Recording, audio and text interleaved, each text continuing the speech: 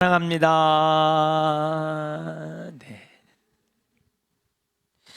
사랑하고 축복합니다. 오늘 말씀의 제목은 나아갈 때와 머물 때를 정하십니다 라고 하는 제목으로 함께 은혜를 나누려고 합니다.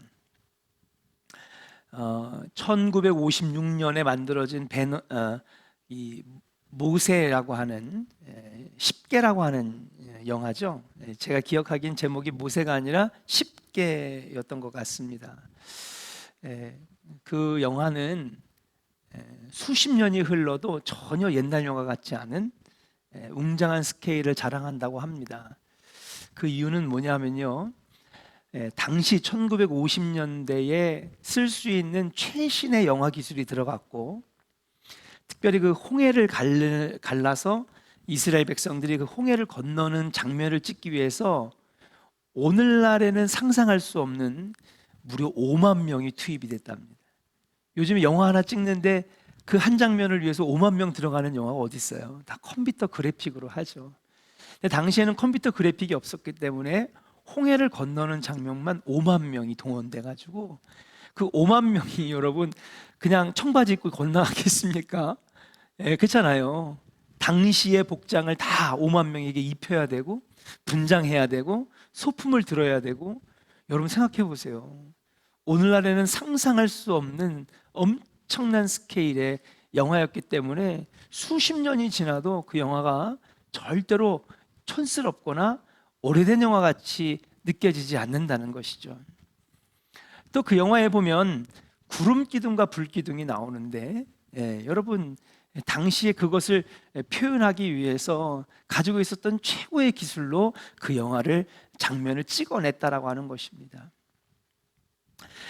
믿음을 가진 사람들, 신앙을 가진 사람들은 정말 저런 구름, 저런 불기둥이 정말 그 이스라엘 12지파와 300명이 가까이 되는 그 백성들을 덮었다라고 하는 것을 생각해 볼 때에, 정말 하나님이 그렇게 하셨다니 정말 대단하고 놀라운 일이 아닐까. 그냥 여기 우리 조원교회만 덮은 정도가 아니라 여러분 300만 명이 얼마나 많은 숫자입니까? 운동장에 모여도요, 여러분 운동장 하나 가지고는 어림도 없겠죠. 축구장이 수십 개가 필요할 정도의 인원인데 그들이 자고 또 머물고 여기를 다 덮었다니까, 여러분 그 구름 기둥과 불 기둥의 스케일이 또 얼마나 대단했겠습니까? 저는 오늘 이 구름 기둥과 불 기둥에 대해서 언급하고 있는 민수기 9장의 말씀을 통해서 구름 기둥과 불 기둥이 우리에게 주시는 그 하나님의 은혜는 뭘까? 또 거기에서 우리가 깨달아야 될 교훈이 뭘까? 이 말씀이 과연 오늘날 우리에게도 적용이 될까? 한번 저는 민수기 9장을 통하여서 여러분과 함께 이 코로나 시대를 맞이하는 우리들 함께 은혜를 나눠 보려고 합니다. 먼저 이 구름 기둥과 불 기둥에 대해서 한번 알아볼 필요가 있습니다. 구름 기둥과 불 기둥이 처음 등장한 것은 출애굽기 13장 21절부터 22절입니다. 여러분 한번 성경이 있으시면 한번 찾아보시길 바랍니다. 출애굽기 13장 21절부터 22절까지 같이 한번 읽도록 하겠습니다. 시작. 여호와께서 그들 앞에서 가시며 낮에는 구름 기둥으로 그들의 길을 인도하시고 밤에는 불 기둥을 그들에게 비추사 낮이나 밤이나 진행하게 하시니, 낮에는 구름 기둥 밤에는 불 기둥이 백성 앞에서 떠나지 아니하니라. 아멘. 출애굽기 13장에 제일 먼저 구름 기둥과 불 기둥이 나오는데요, 우리가 너무나 많이 들었던 아주 익숙한 표현들이죠. 낮에는 구름 기둥으로, 밤에는 불 기둥으로 그들을 비춰주시고, 이 구름 기둥과 불 기둥이 떠나지 아니했다라고 하는 것입니다. 출애굽기 13장은요, 여러분 어떤 것입니까? 아직 여러분 홍해도 건너기 전입니다. 그렇죠? 이 기병대가 여러분 3천의 기마가 여러분 그 물로 그냥 묻힌 사건, 홍해가 갈라진 사건, 이 홍해로 건너가기 전이 바로 출애굽기 13장이에요. 그러면 그 얘기는 뭐냐 하면요, 애굽에서 10가지 재앙이 끝나고 마지막 장자의 죽음의 재앙이 끝난 다음에 바로가 야 빨리 가, 니네 때문에 되는 일이 없어. 그러면서 애굽을 나오자마자 제일 먼저 등장한 게 뭐예요? 구름기둥과 불기둥이라는 얘기예요. 여러분 시간 되시면 출애굽기를 한번 가서 읽어보시기 바랍니다. 10장, 11장 여러분 10가지 재앙들이 나오고요. 13장은요 이제 막 애굽을 탈출하자마자 이집트 영을 떠나자마자 영토를 떠나자마자 그때부터 구름기둥과 불기둥이 그들을 지켜주고 인도했다라고 하는 것입니다. 그러면서 그들이 자신의 인간적인 생각으로는 저쪽 지중해에 있는 그 좋은 길 걸어가려고 할 수 있었던 것을 이 구름기둥과 불기둥의 인도함으로 말미암아 어떻게 됐어요? 홍해로 가게 되었고 광야로 나가게 되었다라고 하는 것이죠. 그래서 여러분 구름기둥과 불기둥의 첫 번째 역할은 뭐냐 하면 한번 따라 합시다. 인도하심이라는 거예요. 구름기둥과 불기둥의 첫 번째 역할은 뭐냐? 인도하시는 역할이었다. 그리고 이스라엘 백성 앞에서 떠나지 아니했다라고 하는 것입니다. 자, 두 번째 구름기둥과 불기둥에 대한 말씀이 나오는데요, 출애굽기 14장을 한번 살펴보겠습니다. 출애굽기 14장 19절부터 20절까지의 말씀, 여러분 스크린을 보시면 더 쉽게 찾으실 수가 있을 것입니다. 같이 한번 읽어볼까요? 시작. 이스라엘 진 앞에 가던 하나님의 사자가 그들의 뒤로 옮겨가매 구름기둥도 앞에서 뒤로 옮겨 애굽진과 이스라엘진 사이에 이르러 서니 저쪽에는 구름과 흑암이 있고 이쪽에는 밤이 밝았으므로 밤새도록 저쪽 이쪽에 가까이 못하였더라. 아멘. 여러분 구름기둥과 불기둥이 등장하는 두 번째 말씀은 출애굽기 14장입니다. 여러분 홍해를 건너가기 전에 이집트 땅을 나와서 홍해 앞에까지 가는 시간까지는 3일이 걸렸습니다. 3일이 걸렸는데 여러분 이미 나오자마자 바로의 마음이 바뀌었어요. 아무 조건 없이 보내줄 테니까 제발 가라 그랬는데 지나고 나니까요 원하고 분통한 거예요. 심지어 자기 아들도 죽었잖아요. 이집트가 엉망진창이 되었습니다. 태양의 아들, 신의 아들이라고 불렸던 자기가요 처참하게 무너졌습니다. 그것도 누구한테? 이복 동생인 살인을 저질러서 도망간 모세한테 자기가 졌다고 생각하니까 너무 분한 거예요. 그래서 여러분 이스라엘이 떠나자마자 얼마 지나지 않아 바로가 다시 마음이 완악해지고 마음이 바뀐 겁니다. 분하고 원통해가지고요 병사들을 뒤에 보내죠. 아직 이스라엘 사람들은 홍해에 도착하지도 않았는데 이미 기병대가 뒤에서 따라오고 있는 것입니다. 어쩌면 홍해 앞에 도달하기 전에 이미 그들은 몰살당했을 수도 있는 거예요. 그때 뭐가 나타나느냐? 구름기둥과 불기둥이 나타납니다. 아니죠. 구름기둥과 불기둥은 있었는데 정확하게 말하면 앞에서 인도하는 역할이었잖아요. 인도해 주시는 역할이었어요. 아까 첫 번째 얘기했던 것처럼 구름기둥과 불기둥은 인도하는 역할입니다. 앞에서 이끌어주고 끌어주고 있었는데 여러분 어떻게 해야 돼요? 오늘 말씀해 보니까 애굽 기병대가 뒤에서 따라오니까 구름기둥과 불기둥을 뒤로 무르게 하시는 거예요. 그러니 애굽 이 기병대가 얼마나 빠릅니까? 마차가 순식간에 따라잡는데 이 앞에서 이끌던 구름기둥과 불기둥이 뒤로 와가지고 이들의 시야를 가리는 거예요. 어둡게도 하고 밝게도 하고 이리저리 막 왔다 갔다 하게 만드니까는 이 애굽 이 병사들이 어떻게 됐느냐? 막 혼란해지고 혼동하고 어지럽게 된 것입니다. 속도를 내 가지고 이 이스라엘을 빨리 따라잡아야 되는데 따라잡지 못하겠다라고 하는 거예요. 오늘 출애굽기 14장에 나오는 구름기둥과 불기둥의 역할은 뭐냐? 첫 번째는 인도하심이었다고 한다면 이 출애굽기 14장에 나오는 구름기둥과 불기둥의 역할은 한번 따라합시다. 보호하심. 할렐루야. 보호해 주시는 역할이에요. 구름기둥과 불기둥은 보호해 주시는 역할이다. 자, 그 다음에 세 번째 구름 기둥과 불 기둥에 대한 말씀이 나오는데 어디에 나오냐 하면 출애굽기 33장에 나옵니다. 출애굽기 33장 7절부터 11절 말씀을 같이 한번 여러분 읽어보도록 하겠습니다. 같이 한번 읽어볼까요? 33장 7절부터 11절입니다. 시작.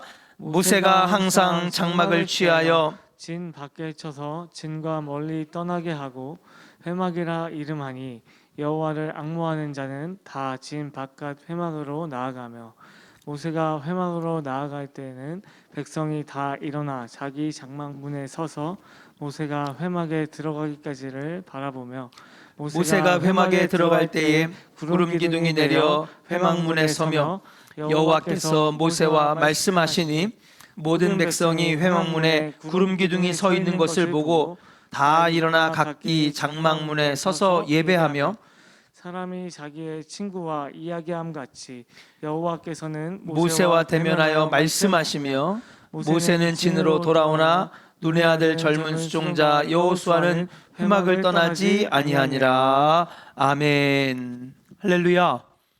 여러분, 회막이 세워집니다. 그러니까 성전이 세워지기 전에는 성막이었고 성막이 세워지기 전에는 회막이었습니다.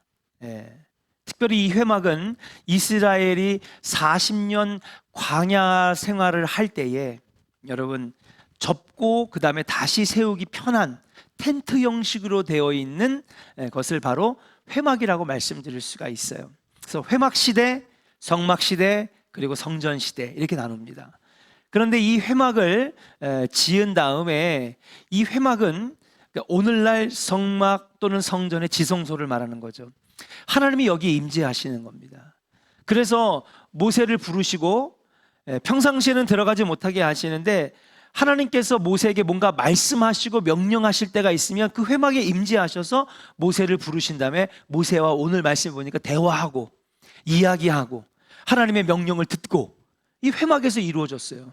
근데 놀라운 사실은 특징적인 건 뭐냐 하면 모세가 하나님과 대화하고 만나고 명령을 들을 때에는 그 문 앞에 뭐가 서 있었다는 거예요? 구름 기둥이 서 있었다는 거예요. 하나님과 만나고 있는 동안에는, 하나님이 그 회막에 임재하고 계시는 동안에는, 모세와 대화하고 명령을 듣고 하나님과 만나고 있을 때에는 그 문 앞에 구름 기둥이 딱 서가지고 그 문을 딱 가로막고 있었어요. 어느 누구도 들어오지 못하도록, 그 안에 있는 모세가 하나님과 만나는 것을 방해받지 못하도록 구름 기둥이 거기를 딱 가리고 있었다는 것입니다. 그러면 이 세 번째 구름 기둥과 불 기둥의 역할은 그럼 무엇일까? 그렇죠. 하나님의 임재하심을 나타내는 거예요. 구름 기둥과 불 기둥이 나타나지고 보여진다는 것은 하나님이 임재하시는 거예요. 무엇입니까? 하나님이 여기 계시다는 거죠.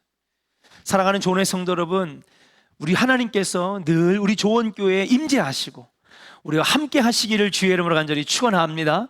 여러분 가정에 하나님이 늘 임재하시고 하나님이 함께 해주시고 하나님이 여러분 안에, 여러분 마음, 여러분 영 안에 내주해 주시는 역사가 있기를 주의 이름으로 간절히 축원합니다.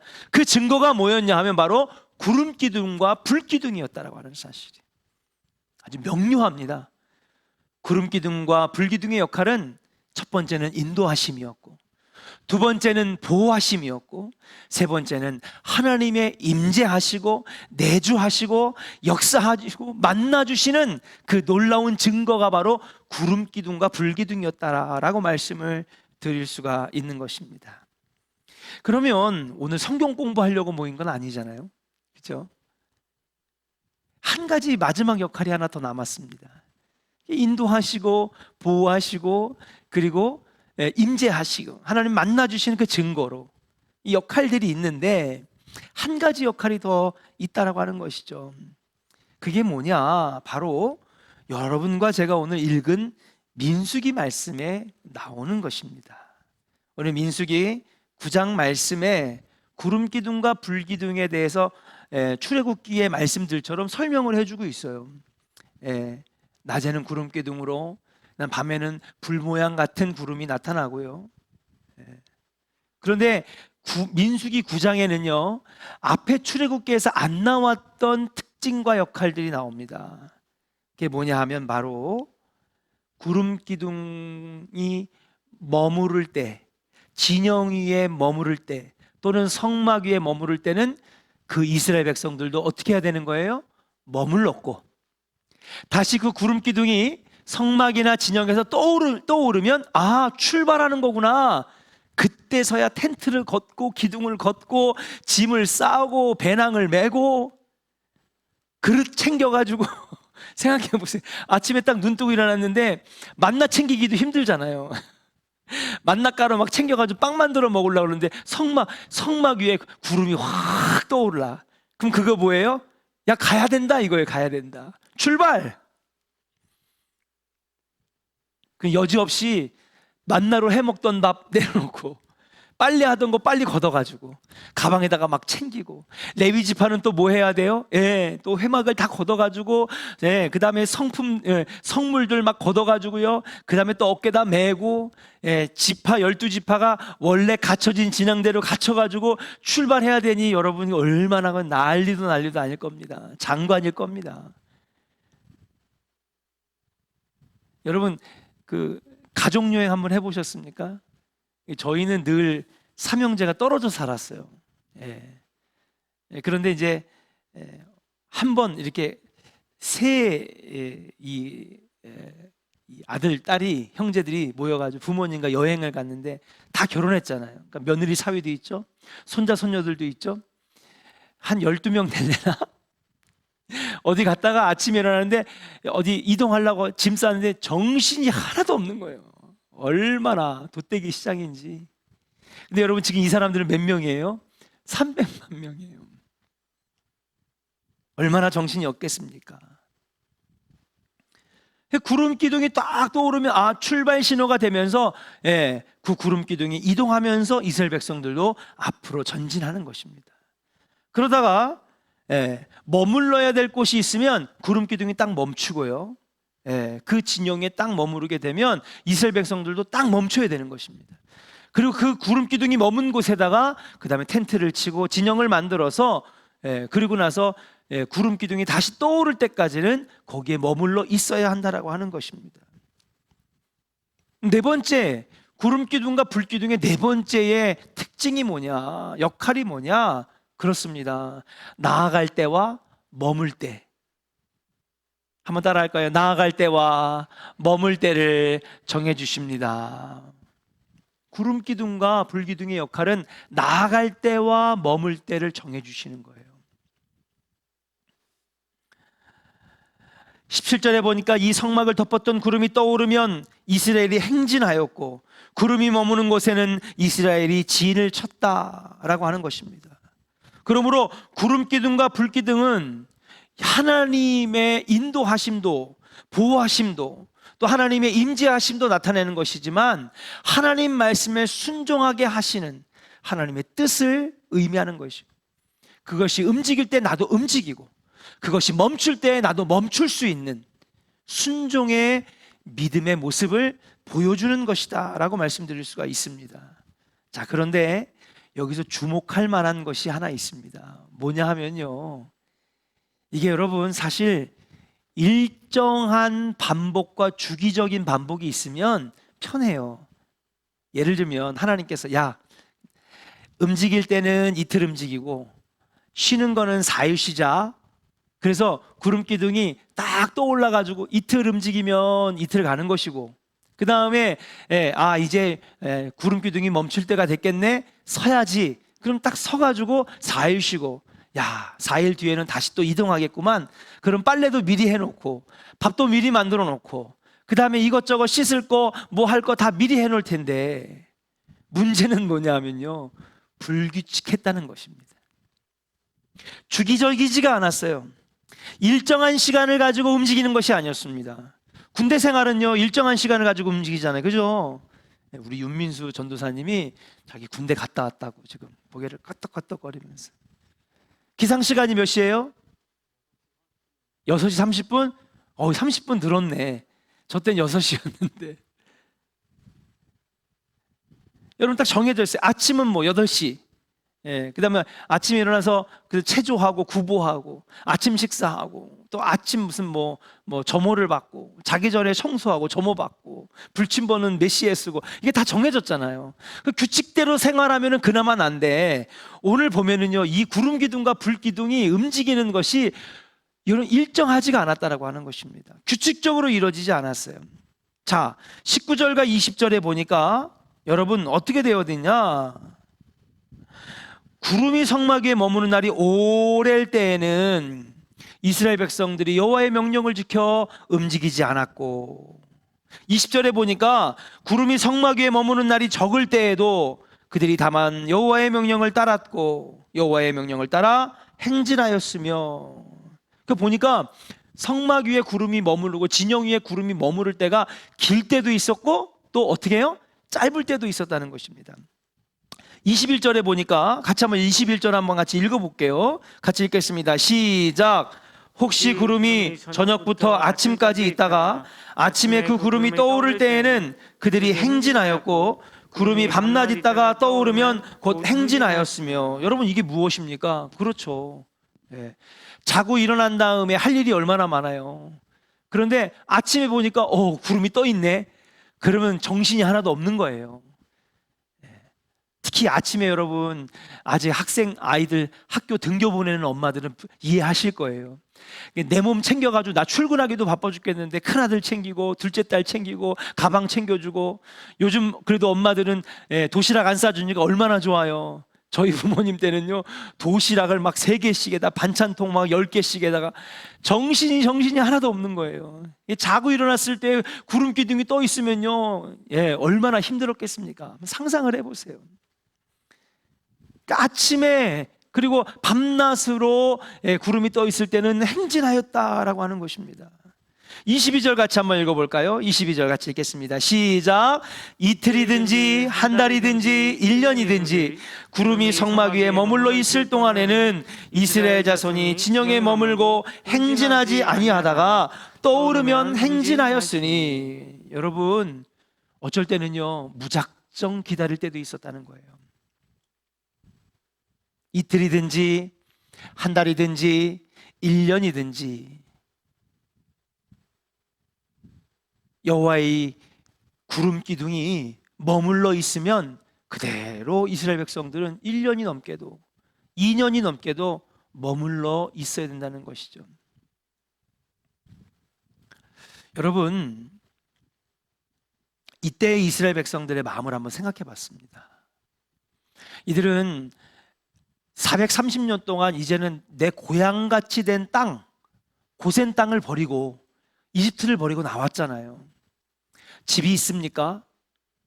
뭐 편리한 생활 도구가 있겠습니까? 그냥 몇 벌의 옷과 그 다음에 신발, 뭐 신발도 여러 켤레 갖고 왔겠습니까? 이들 노예로 살았으니까 가지고 있는 거라고는 별로 없었을 것입니다.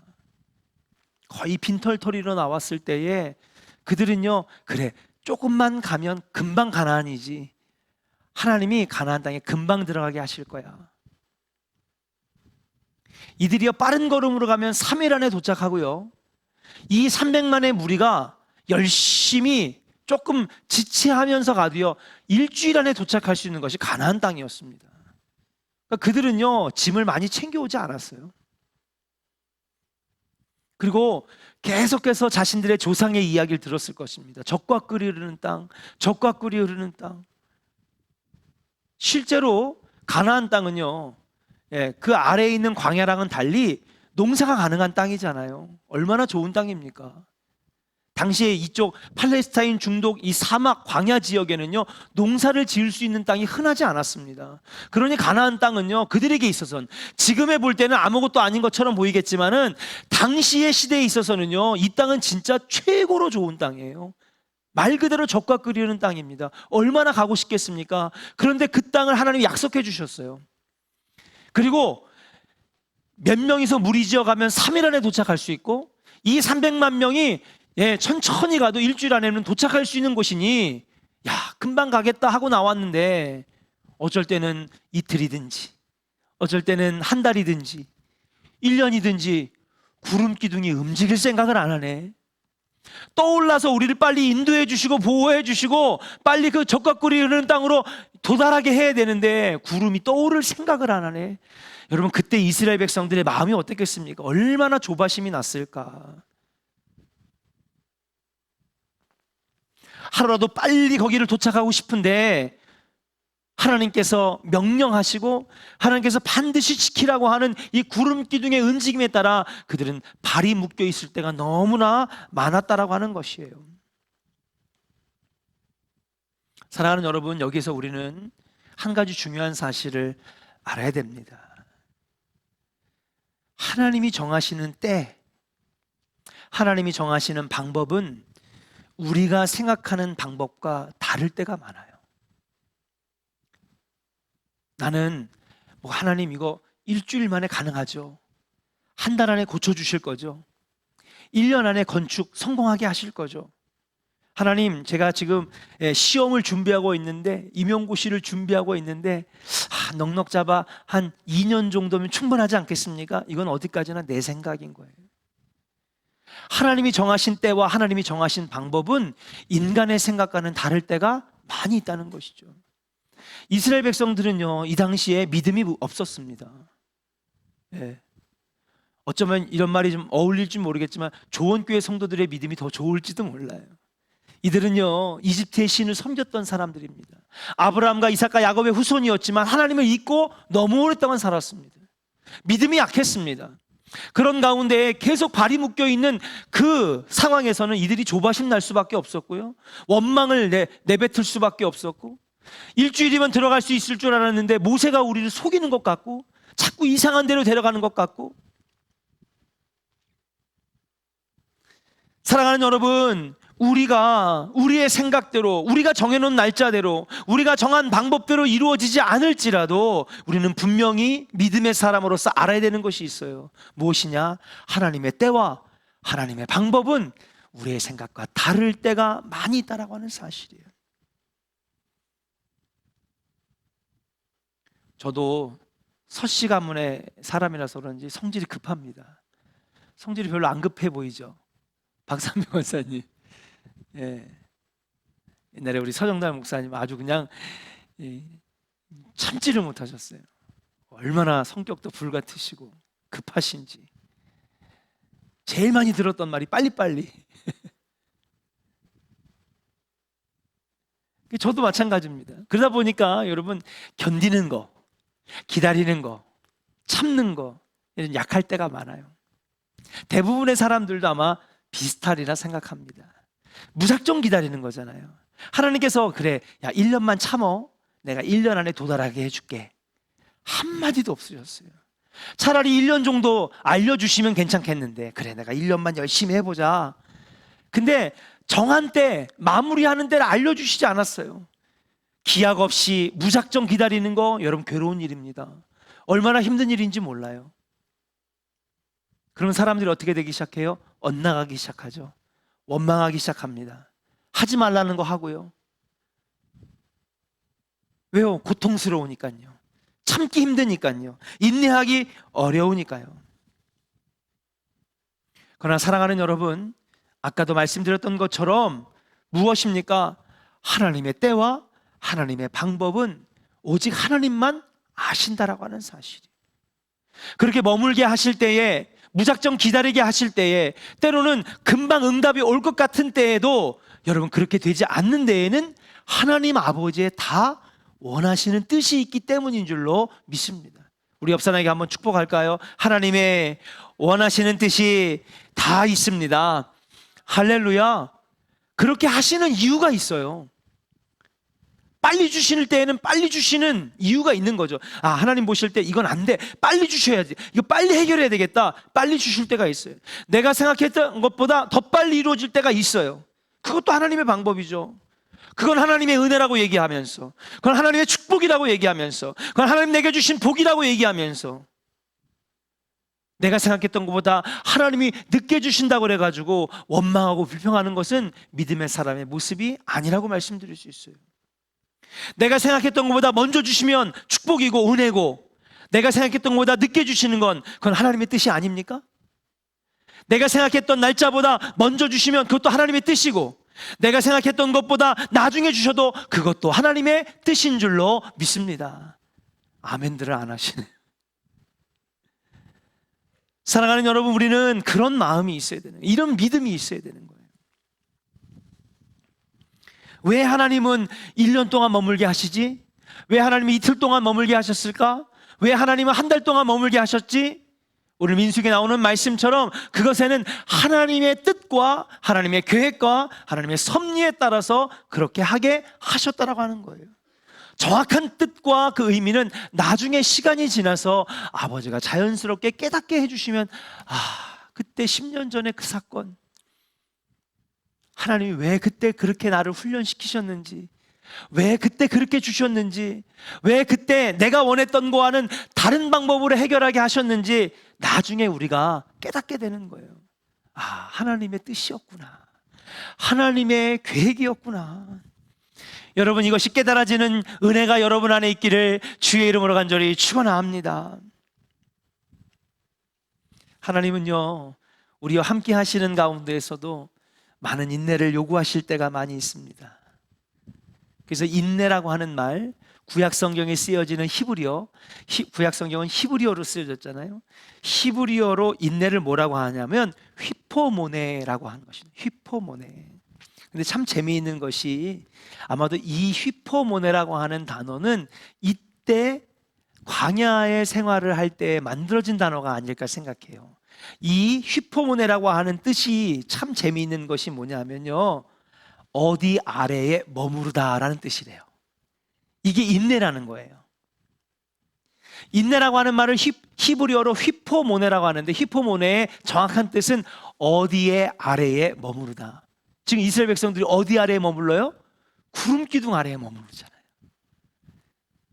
그러니까 아마도 출애굽 사건 때 만들어진 단어가 휘포모네가 아니겠는가.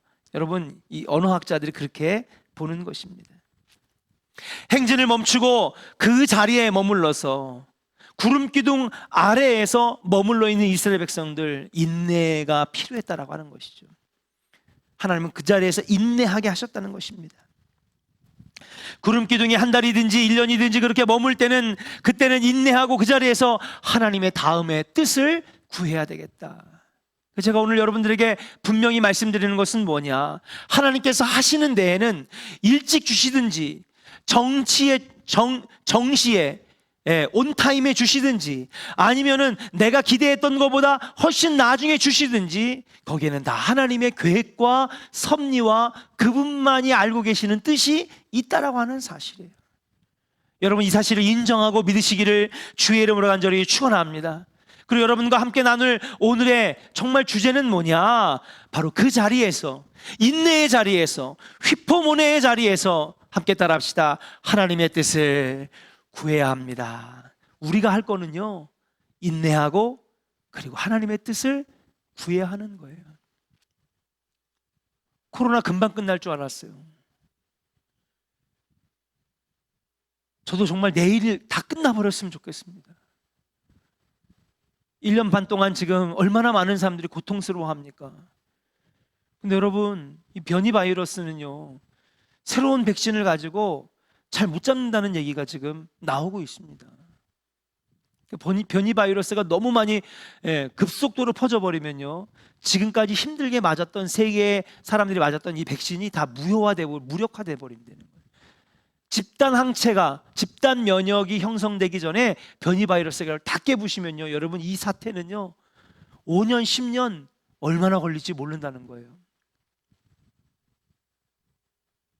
너무 힘들어요. 그럼 우리가 어떻게 되느냐? 하나님의 뜻을 구해야 됩니다. 그 자리에서 인내하고, 원망과 불평과 왜 이러지? 예배도 마음껏 못 드리고, 이게 힘든 상황만 연속되고, 이것 때문에 경제적으로 얼마나 큰 타격을 입었는지 몰라. 한숨만 짓는 것이 아니라, 이런 가운데에서도 우리는 인내하면서 다음에 하나님의 뜻을 구하는 사람이, 구하는 성도가 되어야 되겠다. 어쩌면 지금은 잠깐 하나님께서 멈춰서라, 머물러 있어라 라고 하시는 것 같아요. 그리고 바쁘게 걸어온 지난 나의 40년의 광야길 한번 돌아보라고 하시는 것이 아니겠는가. 지혜로운 성도라면, 믿음의 성도라면 이 코로나의 시간을 더욱더 나를 살피고 영적으로 조명하고 자기를 돌아보는 기회를 삼으실 것이고, 미련한 믿음 없는 백성은, 성도는 이번 기회를 나태함의 시기로, 하나님과 멀어지는 시기로, 그동안에 못했던 거 내 마음대로 자유롭게 사는 시기로 사용할지도 모른다라고 하는 사실이에요. 여러분들은 이 시기를 어떻게 사용하시겠습니까? 이렇게 하시는 데에는 하나님 다 뜻이 있으셔서 이렇게 주시는 거예요. 코로나가 금방 끝나지 않게 하시는 데에는 하나님의 뜻이 분명히 있는 것입니다. 이렇게 멈춰서게 할 때는 하나님의 뜻이 있는 거예요. 우리는 그것을 인정하고, 그리고 우리가 해야 할 것은 그 자리에서 무릎 꿇고 하나님의 뜻을 구해야 한다라고 하는 사실이에요. 하나님, 다음에 하나님은 어떻게 하실 것입니까? 하나님, 미련하지만 연약하지만 깨닫게 하여 주시옵소서. 하나님의 뜻을 구하는 성도가 되어야 되겠다.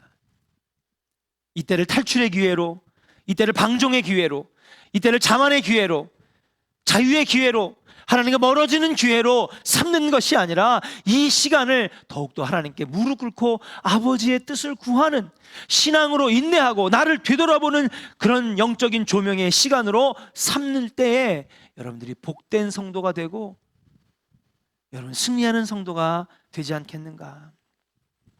요즘 제가 전도사님들하고 많이 하는 얘기가 있습니다. 오늘도 점심 먹을 때 한 전도사님이 저한테 그러더라고요. 목사님, 하나님께서는 감당할 만한 시험만 주십니다. 여러분, 코로나도 마찬가지입니다.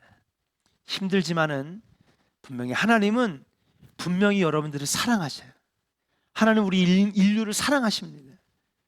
반드시 하나님이 이게 하실 것인데 그 시간과 때와 그 기한은 우리가 알 수는 없는 것이죠. 하나님의 뜻에만 달려 있는 것입니다. 그러나 하나님은요, 절대로 믿는 자들을 버려두시지 않아요. 하나님 분명히 우리에게 말씀하셨어요. 내가 너희를 고아와 같이 버려두지 아니할 것이며 과부와 같이 버려두지 아니할 것이며. 할렐루야. 하나님 절대 우리를 버리시지 않으세요. 하나님 분명히 우리를 인도하시고 보호해 주시고 만나시기를 원하시는 분인 줄로 믿습니다. 그러니까 분명히 이것도 끝이 있을 거예요.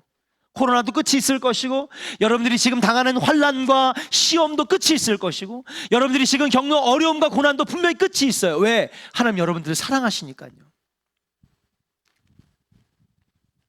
그럼 지금 우리가 할 일은 뭐냐? 인내하고 기다리고 그리고 하나님의 뜻을 구하는 것이. 이때 아짜 잘 됐다, 이때 그냥 놀러도 가고 주일도 한번 빼먹고, 헌금 생활도 나태하게 하고 말씀 읽고 기도하는 것도 그냥 좀 이때 하는 거지, 그런 시간으로 삼아서는 안 된다는 거죠. 이때야말로 정말 인내하고 기다리고 그리고 하나님의 뜻을 구할 때에 정말 이 시간이 여러분 복된 시간이 되지 않겠는가.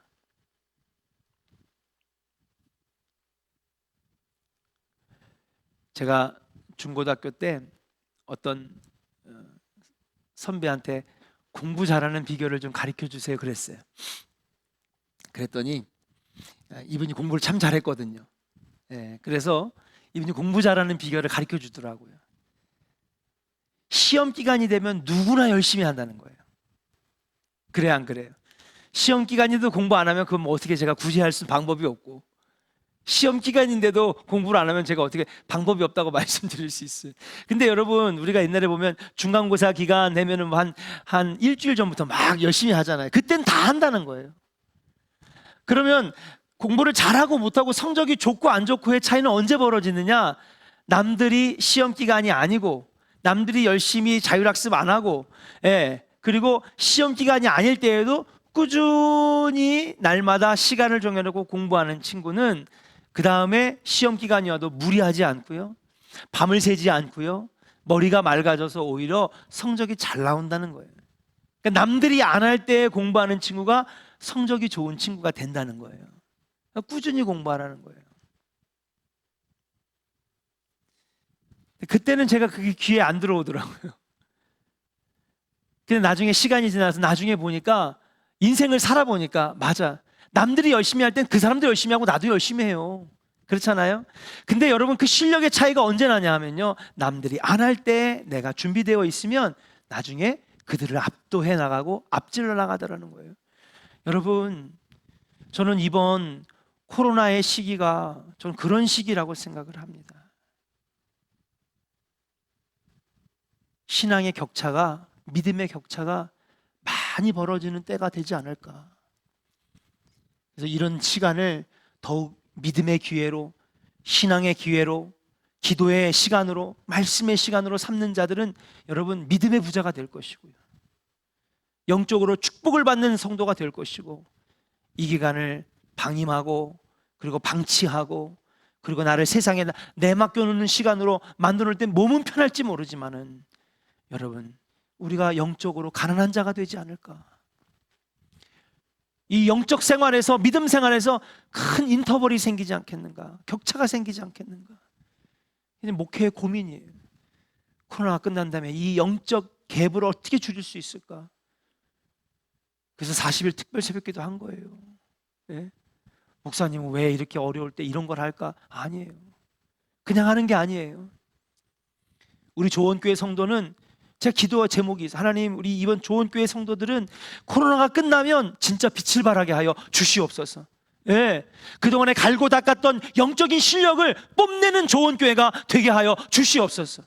이때에 도태되고 낙심하고 이때에 정말로 방치되었던 성도들, 여러분 그거 가지고는요, 여러분 가나안을 정복할 수 없어요. 하나님의 나라를 세울 수가 없어요. 그러나 이렇게 어려울 때에 영적으로 훈련되고 다듬어지고 그리고 만들어진 성도들은요, 여러분 코로나가 끝난 다음에 놀랍도록 하나님 쓰실 것입니다. 좋은 교회를 사용하실 것입니다. 좋은 교회 성도들을 하나님께서 복 주실 줄로 믿습니다. 사랑하는 여러분, 이번 기회에 여러분 인내하고 기다리고 기도하는 성도 되기를 주의 이름으로 간절히 축원합니다. 한번 따라 합시다. 인내하고 기다리고 기도하는 성도. 아멘입니까? 하나님의 뜻을 구하는, 하나님의 은혜를 구하는 그러한 시간으로 우리가 삼아야 되겠다. 지금은 구름 기둥이 머물러 있는 때입니다. 그러나 반드시 이 구름 기둥이 떠올라서 우리를 인도해서, 자, 조원교회야 전진하자, 조원교회야 달려나가자 하실 때가 있어요. 그때는 다 같이 짐을 싸서 함께 나아가는 그런 성도가 되어야 되지 않겠는가. 오늘 하나님 앞에 순종하고 하나님의 뜻을 구하며 이 어려운 때에 더욱 영적으로 실력을 쌓아서 하나님 부르실 때 제가 여기 있습니다, 나를 사용하여 주시옵소서. 여러분 나아갈 수 있는 우리 승리하는 성도들 되시기를 주의 이름으로 간절히 축원합니다. 우리 주님 말씀하시면 함께